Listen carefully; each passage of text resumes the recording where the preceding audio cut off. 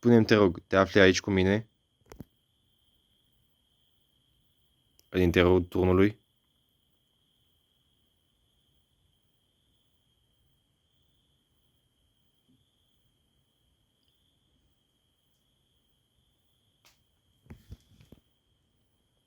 Um,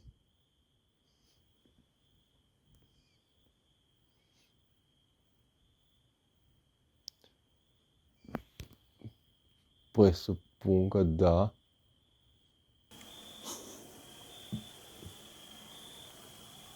Ai vreo legătură cu șoricele de acolo?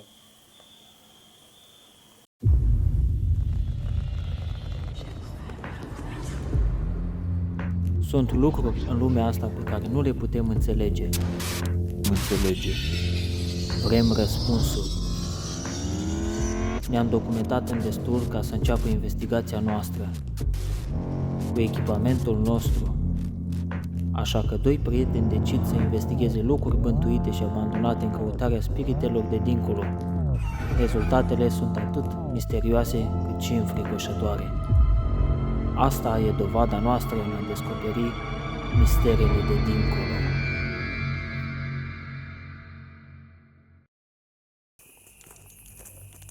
Ne deplasăm acum către cetatea Trascăului, o cetate foarte veche construită prima dată în anii 1241, după care a fost reabilitată de-a lungul anilor, ultima dată fiind undeva prin anii 1832. Cetatea e la o distanță de 1 kilometru de sat, iar accesul se poate face doar pe jos. În trecut, un conte deținea cetatea, acesta având o fiică pe nume Enico. Dar în timpul unui atac asupra satului Rimetea, contele a ascuns-o pe fiica sa Enico împreună cu femeile și copiii din zonă într-un tunel, iar el a plecat cu bărbații apți de luptă să oprească năvala dușmanilor. Atacatorii au măcelărit trupele, iar contele, înconjurat de câțiva bărbați, au reușit să se retragă în pădure. Enico a traversat tunelul înapoi către cetate să afle vești despre tatăl său, dar cetatea încă avea inamici în ea, iar ca să nu fie capturată, aceasta s-a aruncat din turn, căzând cu capul de stânci și astfel a murit. Trecutul ne povestește de asemenea că există o a doua cetate identică la câțiva kilometri de prezenta cetate, dar este greu de găsit fiind doar niște urme vagi la locul respectiv. Tunelul respectiv lega cele două cetăți între ele, iar între cele două cetăți se zvonește că ar fi o a treia ieșire la biserica din satul Rimetea.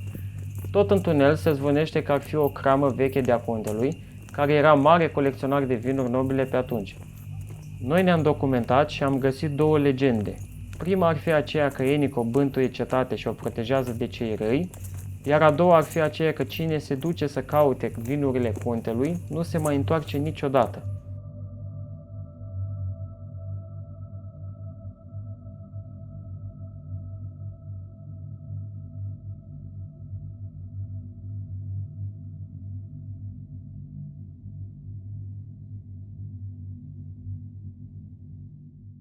Dorește fantoma fetei numită Enico să comunice cu noi? Nu am venit să facem niciun... Ok, Mulțumim de răspuns. mulțumim de răspuns. Să reseteze puțin. Noi vrem să te...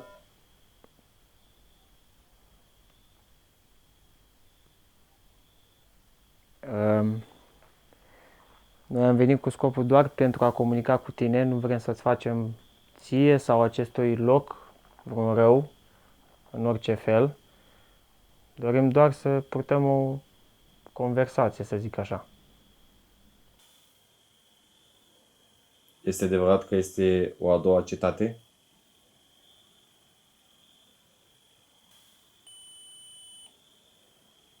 Răspuns puternic. Da. Crezi că ai putea să ne atingi dispozitivul de acolo de jos?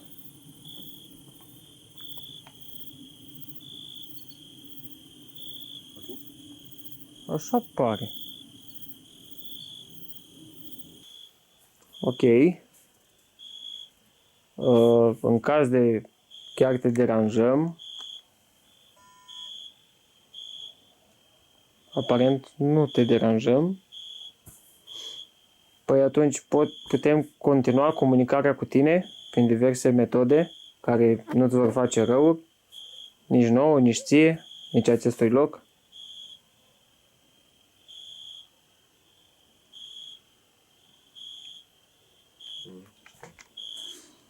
Ai putea să-mi atingi mâna mea stângă?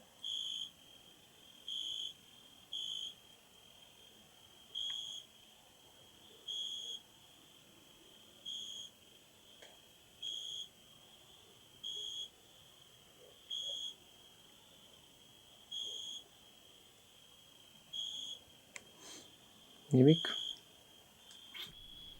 Crezi că ni te-ai putea arăta și nouă? Fizic vorbind, nu? Da.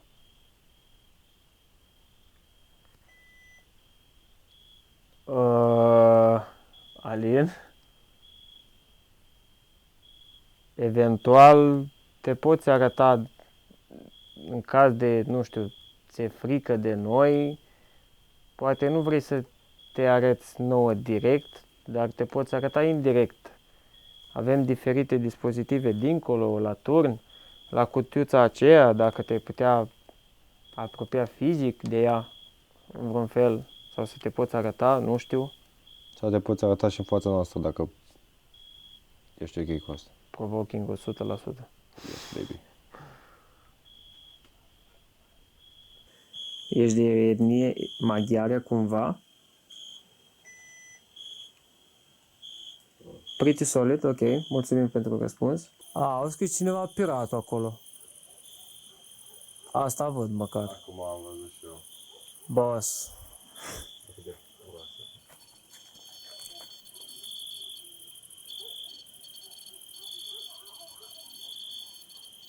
Crezi că poți să-l atingi mai tare dacă atinge cineva chestiuța de jos? Mai este cineva cu noi care dorește să comunice?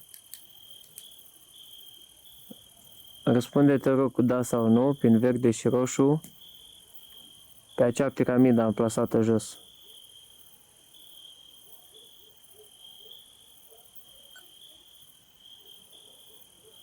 Simți legit? Ce? Pare legit. Cred. A existat un moment când am simțit o durere puternică de spate, destul de inconfortabilă. O mai simt câteodată când merg la unele investigații din țară. L-am rugat pe Alin să-mi facă o poză cu polaroidul, că mi s-a părut destul de dubios că m-a luat dintr-o dată. A fost una totuși scurtă, dar intensă ca și intensitate. Poți să te apropii de colegul meu. Chiar te rog, dacă tu ai făcut-o mai devreme. Gata, gata? Eu sunt gata. Fix în flash m-am uitat. Auzi ceva? A? Lasă, știu pe undeva așa. Se developează ceva sau? Da, că văd rampul. Mulțumim de confirmare. Mulțumim, da. Dacă vrei poți să vii lângă mine să ne uităm la poză.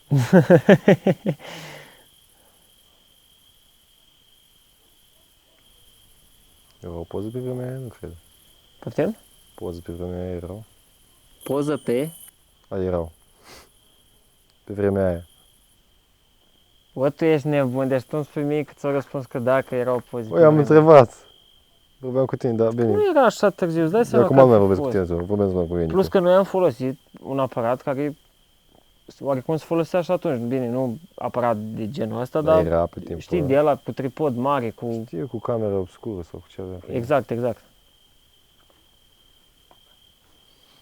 Am fost surprinși că biluțele noastre de mișcare s-au aprins una câte una, dar la 1 minut distanță. Una era pe iarbă, cealaltă era pe nisip. Nimeni nu avea cine să le miște, chiar am surprins momentul în care odată s-a aprins una, care era în iarbă, după la 1 minut distanță, cam așa ceva, s-a aprins cealaltă din nisip, unde nu era nimeni pe acolo. Așa tu, băiatule. Arunci într-un stil. Să spun până acolo, picioarele sunt moarte. Haide, S-a obosit. Don't be a pussy.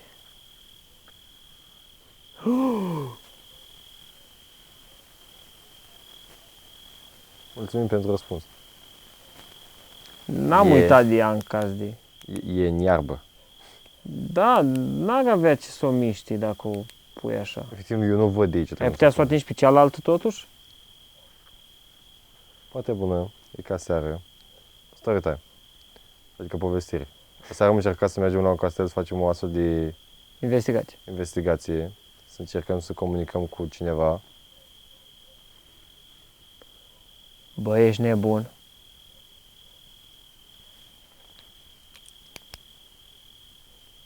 Ok, tu poate ai o șopârlă acolo, dar mingiuța aia... Uite cum se activează ca... Doresc să spunem un cântecel? What? Să-i punem un cântec, Alin.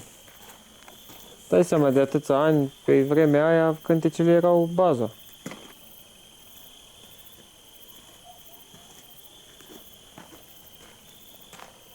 Poate vrea să asculte un cântec așa, ușor.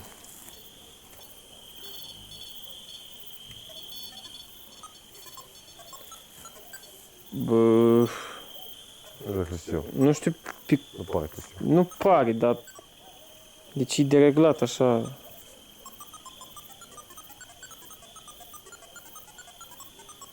Boss, Să joacă cu ea. exact, Face ca Bogdan cu mâinile. exact. Poți să te depărtezi de prismă, te rugăm? S-a oprit. Hai că nu. Te rog.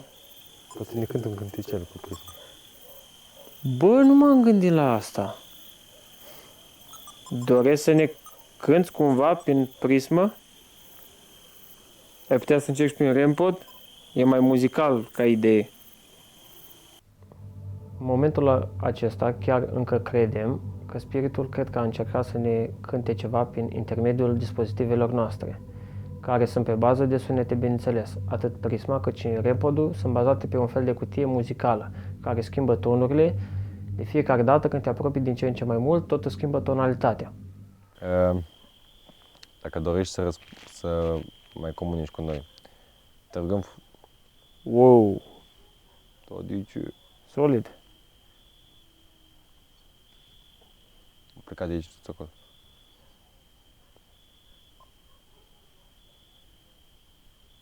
Ce că-ți gândit?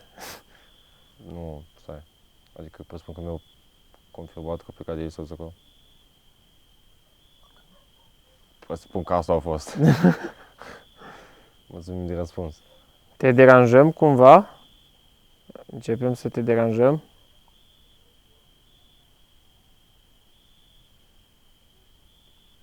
Crezi că ar fi cazul să plecăm?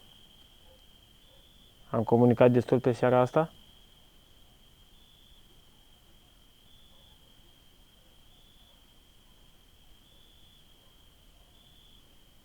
La un moment dat, amândoi am avut senzația că suntem urmăriți. Mai întâi eu am avut această senzație, am fost să verific o cameră statică, să văd dacă totul e ok cu ea. Am văzut că totul e ok cu ea, am început să mă îndrept spre Alin, după care am avut senzația că sunt urmărit, că sunt privit de cineva. Eram paranoic, mă uitam în stânga și în dreapta, am văzut că nu e nimeni, dar în continuare situația aceea persista, la mine în cap cel puțin. Am zis că poate e doar o fază, poate doar mi se pare. Nu după mult timp, Alin s-a dus exact în aceea zonă să ridice camera, eram pe punctul de a pleca, l-a lovit și pe el paranoia exact în același loc unde m-a lovit și pe mine, se uita și el, era o cameră alăturată, se uita înăuntru să vadă dacă e cineva, pentru că avea senzația și el că este privit de cineva.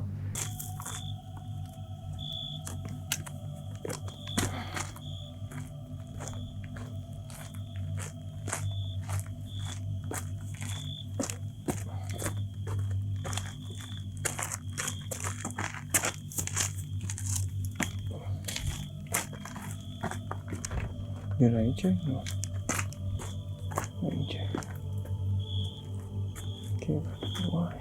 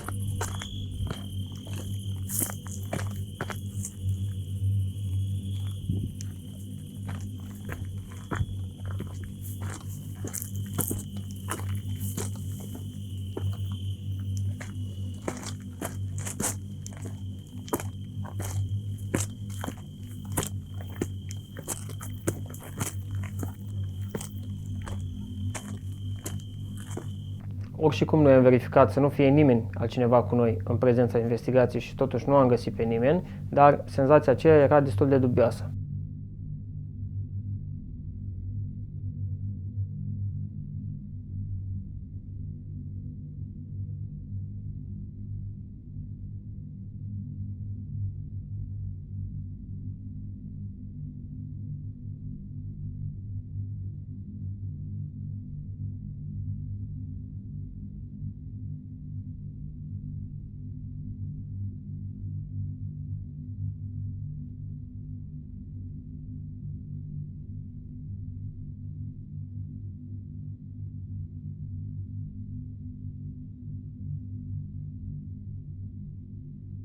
Sezonul nostru de vânătoare s-a încheiat anul acesta.